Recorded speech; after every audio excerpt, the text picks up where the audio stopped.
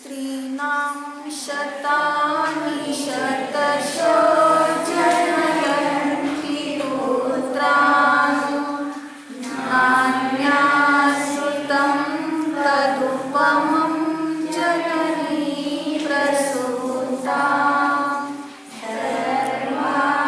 सर्वादिशो ददति भानि सहस्ररश्मिः प्राच्येव जनयति स्फुरदंशुजालम्. काय सांगितलं यामध्ये? स्त्रीणां शतानि शतशः पुत्रान् जनयन्ति. स्त्रियांच्या मध्ये शेकडो स्त्रिया अशा आहेत की शेकडो पुत्रांना उत्पन्न करतात, म्हणजे जन्म देतात. परंतु तत् उपमम, तुझ्या समान, जननी न अन्या सुतम प्रसूता, आणि तुझ्या समान दुसरी जननी नाही की ज्या हा सुताला तू प्रसूत केले. कुठल्या सुताला? मुलाला. वित्राग भगवंताविषयी चालले ना स्तुती.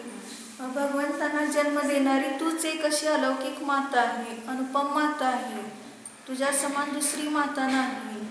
मग त्याला उदाहरण कोणतं दिलं? सर्वा दिशः ददती भानी सहस्र रश्मी. सर्व दिशेला कोण धारण करतं? म्हणजे नक्षत्र. भानी म्हणजे नक्षत्र, म्हणजे नक्षत्र सर्व दिशेला असतात, सर्व दिशा धारण करतात. परंतु सहस्र रश्मी म्हणजे सूर्याला फक्त प्राच्या एव, पूर्व दिशाच फक्त काय करते? दिक म्हणजे दिशा. जनयती स्फुरत अंशुजालम. अंशुजाल म्हणजे किरणांचा जाल, म्हणजे समूह. किरणांचा समूह कसा आहे? तर स्फुरत म्हणजे स्फुरायमान आहे. अशा सूर्याला केवळ पूर्व दिशाच जन्म देते. प्राची एव म्हणजे पूर्व दिशाच फक्त जन्म देते. म्हणजे 10 दिशेमध्ये पूर्व दिशेचं महत्त्व सांगितलं. बाकीच्या दिशेंना कोण आहेत? नक्षत्र आहेत. म्हणजे नक्षत्रांना जन्म देणाऱ्या सर्व दिशा आहेत. परंतु सूर्याला काही बाकीच्या दिशा जन्म देत नाही. मग तसं वीर भगवंतांना जन्म देणारं कोण आहे? तर तुझ्यासारखी तूच माता आहेस असं तिथं सांगितलं. पण इथं कोणाची स्तुती करायची? स्त्रीची स्तुती करायची आहे की भगवंतांची करायची आहे की सूर्याची करायची का पूर्व दिशेची करायची? भगवंतांची स्तुती म्हणजे कोणाची येणार?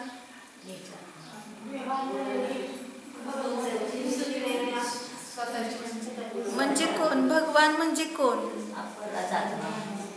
भगवान म्हणजे द्रव्य घेतलं ना, जीवद्रव्य. मग जीवद्रव्यामध्ये कोण आलं? जीवद्रव्याबरोबर गुण आणि पर्याय आले. द्रव्य गुण पर्यायाने युक्त असलेलं सद्द्रव्य म्हटलं. मग सतमध्ये काय येतं? उत्पादवे द्रव्य.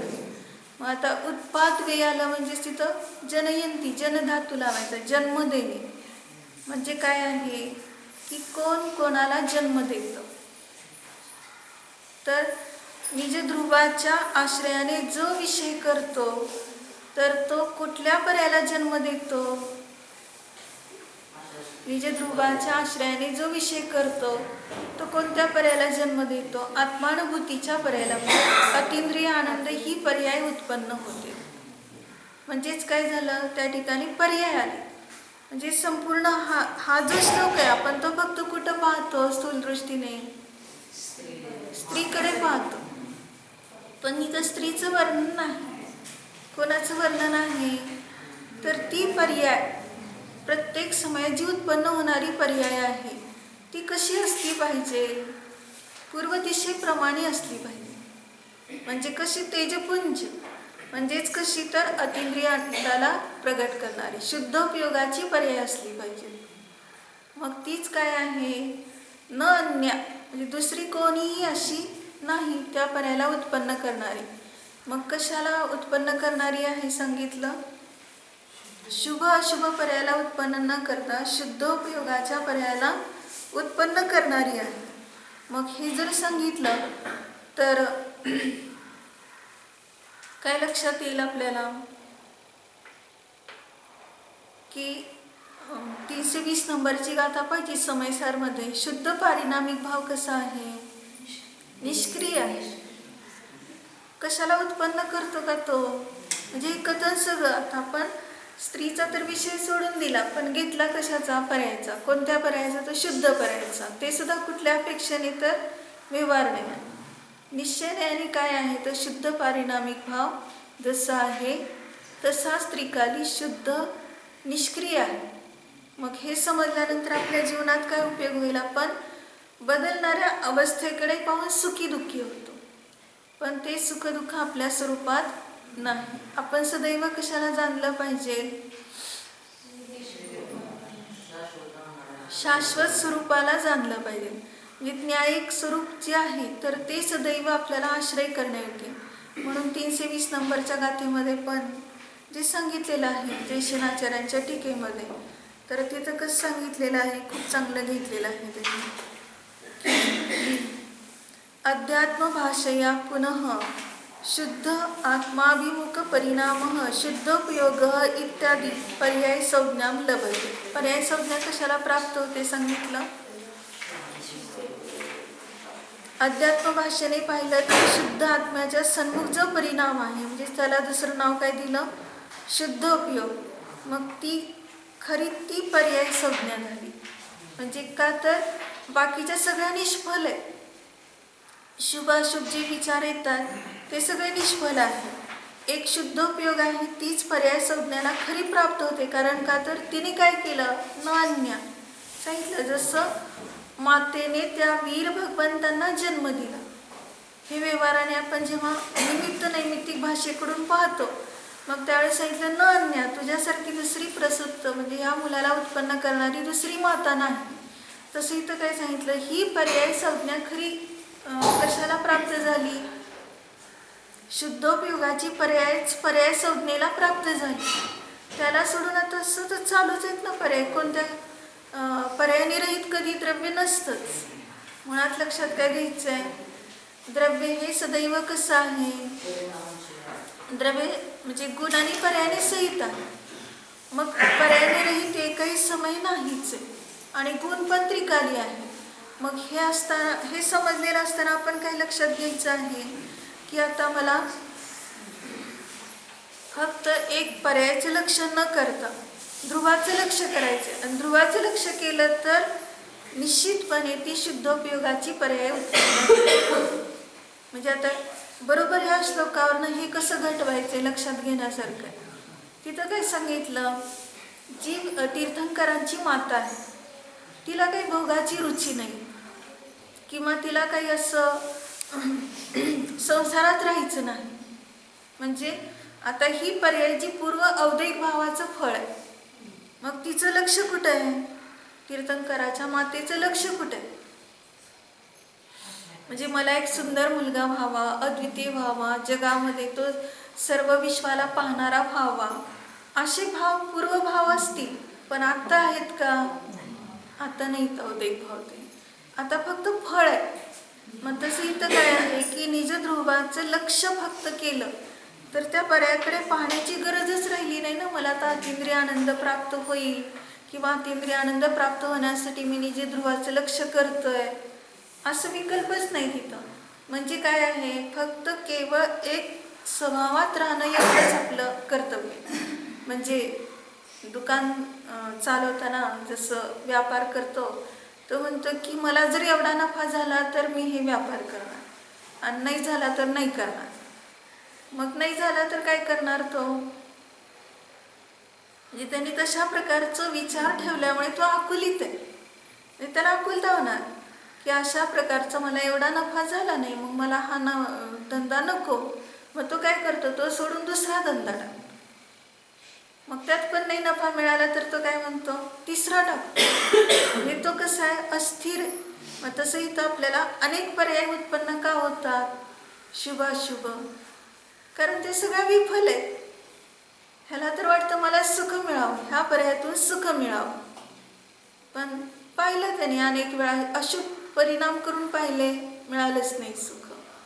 शुभ परिणाम करून पाहिले, सुख मिळालंच नाही. म्हणजे कसं झालं ते?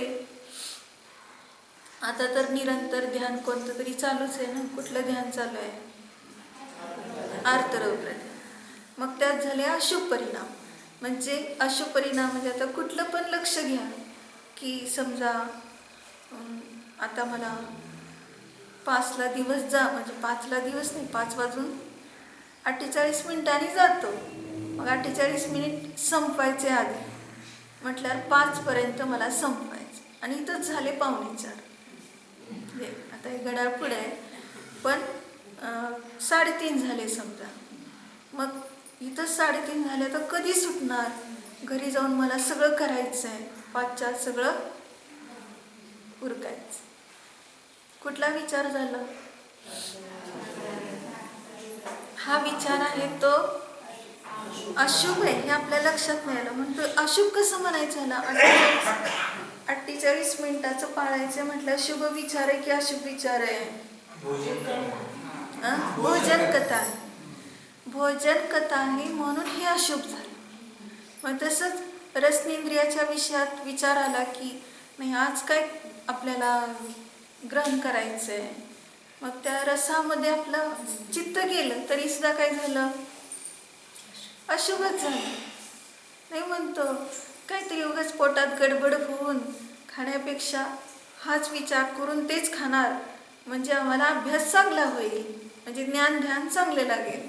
मग ज्ञान ध्यानाचा आमिष, पण विचार कोणता केला? रसनेंद्रियाचा. रसनेंद्रियाचा विचार केल्यामुळं तिथं काय झालं? अशुभ झालं. असं पण 5 इंद्रियाचे विषय घेतो सारखं दृष्टी टप्प्यात, कधी स्पर्शनाचा, कधी रसाचा, कधी घ्राण म्हणजे नाकाचा विषय घेतो, कधी डोळ्याचा घेतो, कधी कानाचा घेतो. असं 5 इंद्रियाच्या विषयामध्ये राहतो. आणि म्हणून अशुभ परिणामाने सतत आपल्याला काय होते? आकुलता होत. म्हणजे आर्तरौद्र ध्यान होतं. म्हणून काय सांगितलं? कधी विषयात चित्त जातं, कधी कशात जात. विषयात म्हणजे लक्षात आलं की नाही? आता 5 इंद्रियाच्या विषयाचा विचार केला तर तो काय झाला? विषय झाला. आणि कशा म्हणजे काय आहे? काय म्हणतो की मला पुढची जागा बसायला पाहिजे होती, तू काय परत जाऊन बसला माझ्या जागेवर. ह्याला काय म्हणायचं? कशा. मग नाही म्हणतो मला आधी पूजा करायची आहे. पूजा तर विषय कशा आहे नाही ना. मला आधी पूजा करायची आहे, मला खूप भगवंतांची स्तुती करावीशी वाटते, मंदिरात लवकर जायचं आहे म्हणतो. चांगले विचार आहेत की, अशुभ तर नाही ना हे. पण हा शुभ विचार सुद्धा काय आहे? आकुलतेला कारण आहे. नाही म्हणतो स्वाध्याय करायचा आहे, आकुलतेला कारण आहे. शुभ विचार आला तरी आकुलता आहे. मग दुसरा विचार कोणता आला? दान द्यायचं आहे, आकुलता आहे. तर सेवा करायची आहे, दर्शन करायचं आहे, स्तुती करायची आहे, असं संयम धारण करायचं आहे. असं षटक्रियेमधला कोणताही विचार घेतला तरी काय झालं? ते आकुलतेला कारण आहे. म्हणजे शुभ भाव सुद्धा आकुलतेला कारण. चांगलं सांगितलं. उद्यापासून आता काय करतो? ह्या षटक्रियेला फाटा देतो. कारण का तर ह्यात कर्म बंद होते, आकुलता होते, तर नकोच करायला. मग हे सोडून दिल्यावर काय करणार? अशुभात राहणार. आता सांगितलं विषय आणि कशाय कसं करतो ते. मग त्यात गेलो. मग ते दोन्ही पण विषय हे सांगितले. म्हणून काय आलं शेवटी? शुद्धोपयोग. म्हणून शुद्धोपयोग ही पर्याय खरी पर्याय झाली. ती पर्याय संज्ञेला प्राप्त झाली. कारण का तर आत्तापर्यंतची पर्याय नव्हती का? उत्पादवे द्रव्य तर सतत आहे द्रव्यात. मग पर्याय असून सुद्धा ती पर्याय नावाला का प्राप्त झाली नाही? तर ती सार्थक नाही. परी अय, पर्यायाची उत्पत्ती कशी आहे? परी म्हणजे चह बाजूने, अय म्हणजे परिणमन. म्हणजे चह बाजूने जे ज्ञानरूप परिणमन करतोय तीच खरी पर्याय आहे. आपल्या स्वभावाला अनुसरून परिणमन करतोय. कारण उपयोगाची व्याख्या करताना कशी केली? चैतन्यानुविधायी परिणामः उपयोग. चैतन्याला अनुसरून होणारा जो परिणाम त्याला काय म्हटलं? उपयोग म्हटलं. मग अशा प्रकारचा उपयोग काय आहे सांगितलं? उपयोग प्रकारचं. कोणता? 2 प्रकारचा, शुद्ध उपयोग आणि अशुद्ध उपयोग. मग शुभ अशुभ भावालाच काय म्हटलं? अशुद्ध उपयोग. आणि शुद्ध भावाला म्हटलं शुद्ध उपयोग. मग अशा रीतीने आपण आता शुद्ध उपयोगामध्येच कसं राहायचं इकडून विचार केला तरी पण आकुलत आहे. कारण का तर पर्यायचा विचार झाला शुद्ध उपयोग म्हटलं की. पण माझा आत्मा त्रिकाली शुद्ध पारिणामिक निष्क्रिय स्वभावाला आहे. म्हणजे आता पर्यायचा विचार न करता कशाचा विचार झाला? त्रिकाली ध्रुवाचा झाला. त्यामुळे आकुलता राहिली नाही. शुद्ध उपयोगाची पर्याय उत्पन्न होऊन नष्ट झाली काय, किंवा परत दुसरी झाली काय, परत तिसरी झाली काय, हा विचारच राहिला नाही तिथं. कारण तो विचार गेला की परत शुभाशुभात जातो. कुठल्याही पर्यायाच्या विचारात गेला की काय होते? तो विकल्प झाला. विकल्प झाला म्हणजे शुभाशुभ पर्याय झाला. म्हणून ती पर्याय संज्ञेला प्राप्त होत नाही. मग ह्याच्यातून आपल्याला एक दृष्टांत पाहायचा आहे. खूप सुंदर सांगितलं आहे की एका ठिकाणी काय झालेलं असतं, म्हणजे एका वनामध्ये एक मुनी बरेच दिवसापासून असं एक आता पण योग म्हणा किंवा काही असं जो धारण केलेला असतो त्याच्यातून ते उठतच नसतात ध्यानात.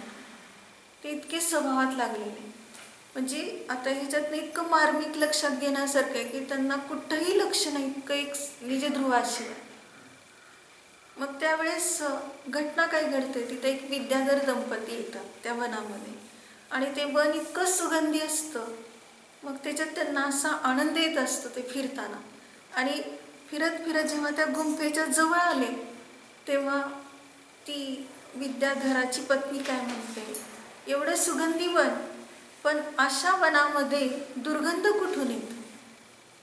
भयानक दुर्गंध की सहन होणार नाही एवढा दुर्गंध आहे. मग तिने शोध घेतला तर त्या गुंफेमध्ये एक मुनिराज ध्यान करत बसलेले दिसले. मग त्यावेळेस तिच्या मनात काय आलं की ह्यांच्या शरीरातून हा दुर्गंध येतो. एवढ्या सुगंधी वनाला सुद्धा त्या दुर्गंधाने व्यापून टाकले. मग सुरुवातीला तिच्या मनात काय झालेलं असतं, थोडंसं किंचित किळस झालेली असते त्या दुर्गंधाची. आणि मग ती काय करते, संपूर्ण त्यांचं म्हणजे विद्याधर वगैरे संपूर्ण ते म्हणजे घाम येऊन येऊन त्याच्यावर पुन्हा धूळ साचलेली असते, परत घाम येतो, परत धूळ साचते, असं ते सगळे थर साचलेले असतात तिथं. पण त्यांचं त्याकडे किंचित मात्रही लक्ष नाही. फक्त उपयोग कुठं आहे?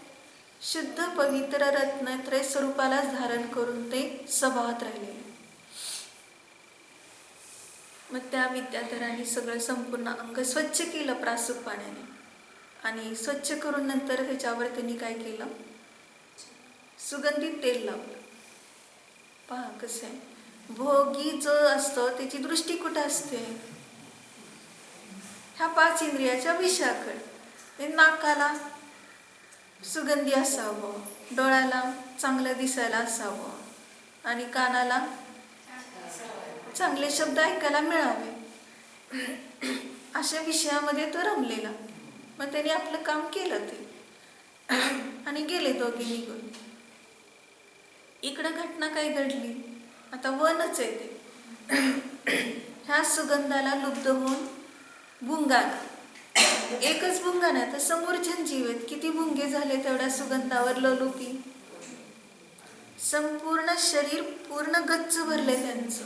एवढं ते भुंग्याने काय झालेलं आहे, व्याप्त झाले. शरीरातला एकही अंश आता बाहेर असा दिसत नाही की तिथं मुनिराज आहेत असं कोणालाच ओळखू येणार. आणि त्या भुंग्याने संपूर्ण त्यांचं काय खाऊन टाकलंय.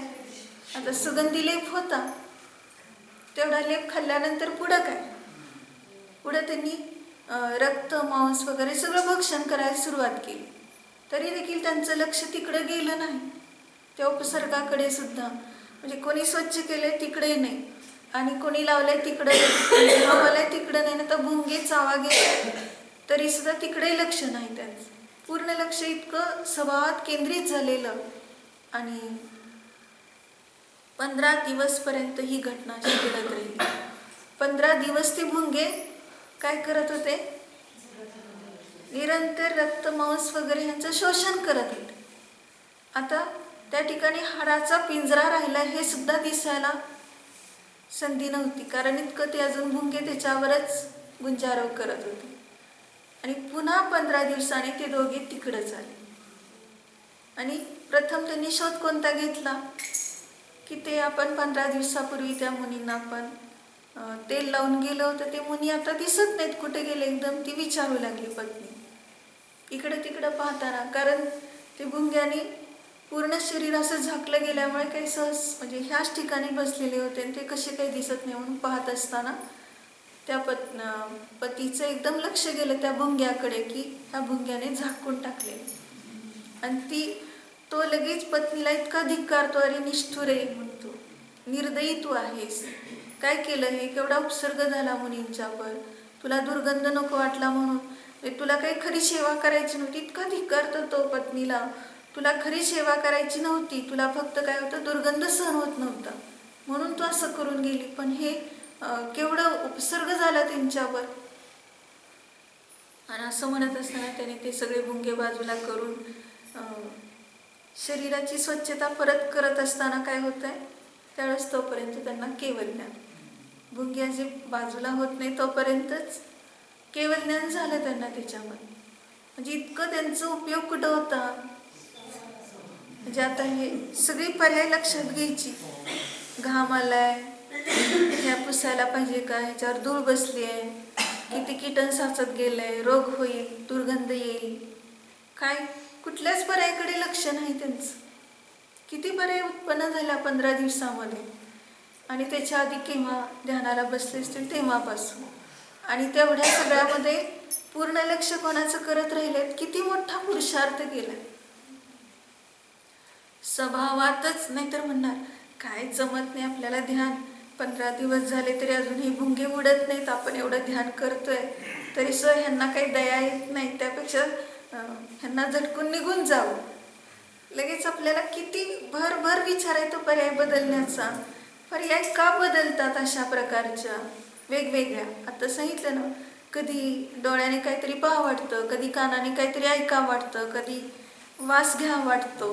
म्हणजे आपल्याला हे सारखे इंद्रियाचे विषय का बदलावे वाटतात, तर एकानंतर एक पर्याय उत्पादन द्रव्य स्वभावच आहे.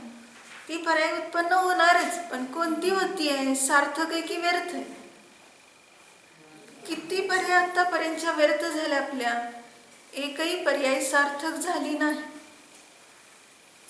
पण त्यांनी 15 दिवस पर्यंत एवढं स्वभावात राहिले, किंचित मात्र निराशा झाली नाही की आता आपल्याला काही जमत नाही असा विचार सुद्धा नाही. सतत निर्विकल्प सविकल्प. सविकल्प झाला तर कुठला विचार येतो, भुंग्यांचा विचार येतो. भुंग्यांचा विचार आला तर अशुभात येते. अंतर्मुहूर्तात सतत आत्मानुभूती घेत आहेत म्हटल्यानंतर बाहेर आल्यावर कुठला विषय असतो, स्वभावाचाच विचार असतो, फक्त त्याला सविकल्प म्हटलं. म्हणजे काय आहे की सामायिक करताना एक अतिचार सांगितला. कोणता अतिचार सांगितलाय, सामायिकाचे 5 अतिचारापैकी एक अतिचार सांगितला, काय, अनादर. अनादर सांगितलं ना.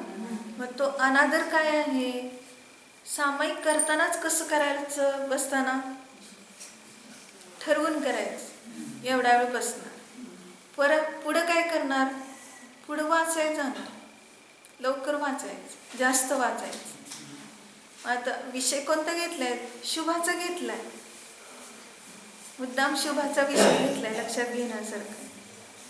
म्हणजे वाचायला जायचंय हा शुभाचा विषय आहे, पण आकुलता आहे ना तिथं. म्हणजे कशाचा अनादर झाला, सामायिकाचा. म्हणजे शुद्ध उपयोगाचा अनादर झाला. मला निघायचंच नाही, ह्याच्यातनं बाहेर पडायचंच नाही, शुद्ध उपयोगातून बाहेर पडायचंच नाही असा विचार करून बसलाय का. म्हणजे पुरुषार्थ कुठं चुकतोय हेच कळलं नाही आपल्याला. कमजोरी कुठे आहे, आपल्याच विचारात आहे. बाहेर शरीरात वगैरे शोधतो, बसवत नाही जास्त. पण कुणी सांगितलं बसवत नाही जास्त, मनाने सांगितलं. म्हणजे ते मन तिकडे धावतंय. म्हणजे मन बाहेर गेलं शरीराला तर त्रास होतोय, जास्त वेळ नको, अनादर झाला. लवकर उरकायचंय, अनादर झाला. ह्याच्यानंतर हे करायचंय, ठरवलंय. अशुभ क्रिया असेल तर आणखीन जास्तच. कधी एकदा संपतंय, रूढी मात्र क्रिया करायची असतात. 3 टाइम करायचं असतं म्हणून बसलो, आणि कधी एकदा संपतंय. कारण का तर 48 मिनिटाच्या आत ते सगळं आमचं व्हायला पाहिजे. दळायचं, अजून काय निवडायचं, अजून काय काय असतं ते सगळं व्हायला पाहिजे. म्हणून म्हणतो की आता लवकर उरकायचं. काय सामायिक, काय उरकायचंय? सामायिक उरकायचंय लवकर. म्हणजे सामायिक उरकण्यासाठी आहे की अनंत काळ करण्यासाठी आहे? म्हणजे अनंत काळ स्वभावात राहण्यासाठी आहे. उरकण्यासाठी क्रिया नाही ही, आणि ही क्रियाच नाही मुळामध्ये, हा स्वभाव आहे. ते सहज होत राहते.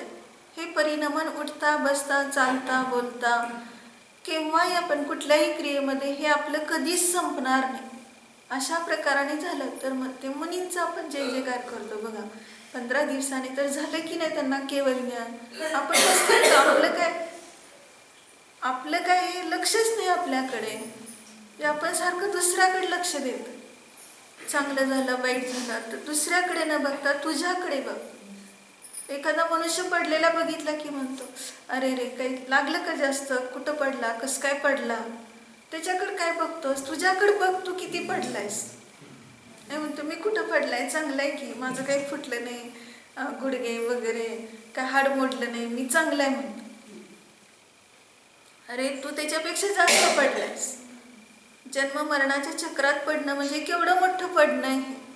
पण अजून त्याला ते दिसत नाही. अजून करुणाच करत बसतोय, कुठंतरी काहीतरी करत बसतोय. अनुराग तर करतो, नाही तर द्वेष तरी कर. पण ह्या दोन्हीच्या अति जर तू स्वभावाकडे पाहिला, नान्या सुतम तदुपमम, जननी प्रसूत. जननी म्हणजे शुद्धोपयोगाची पर्याय ही जननी आहे. आणि ती काय करते? तुझ्यासारखी म्हणजे दुसरी कोणी उत्पन्न करणारी नाही. शुद्धोपयोगाची पर्याय तूच एक अनुपम आहे. म्हणून पहिल्या गाथेत काय सांगितलं की उपचाराने शुद्धोपयोगाच्या पर्यायाला सुद्धा अनुपम म्हटलं. कारण त्यांनी विषय कोणाचा घेतला? अनुपम ध्रुवाचा घेतला. म्हणून त्याच्या अपेक्षेने ह्याच्यावर पण उपचार करायला अनुपम. म्हणून तुझ्यासारखी दुसरी कोणती पर्याय धन्य नाही. कारण का तर साक्षात पर्यायालाच धन्यता दिली नाही. तर पूज्यता ज्या पर्यायामध्ये आली त्या पर्यायाला धन्यता दिली. कारण ह्या भगवंतांना जन्म दिला असं म्हणताना ते भगवान काही जन्मल्याबरोबर कल्याण केले नाहीत की मोक्षाला गेले नाही. पण तिथं भविष्यकाळ काय पाहिलंय की निश्चितपणे आता ह्याच पर्यायातून ते मोक्षाला जाणार आहे. दुसरी पर्याय सुद्धा ते घेणार नाही. म्हणून याच्यातनं काही बोध मिळाला की आपण पंचपरमेष्ठींना नमस्तू करतो ते सुद्धा कुठं? पर्यायातच झालं. जरी पर्यायाचं लक्ष केलं, जरी पर्यायाची तर धन्यता दिली, तरी सुद्धा ती पर्याय कोणाच्या अनुलक्षाने झाली? ध्रुवाची. म्हणून आलं कोण शेवटी धन्य? ध्रुवसम. हे ध्रुव स्वभावच जर आपण पाहिलं तर तोच आश्रय करण्यागे, त्याला सोडून दुसरा अन्य कोणी.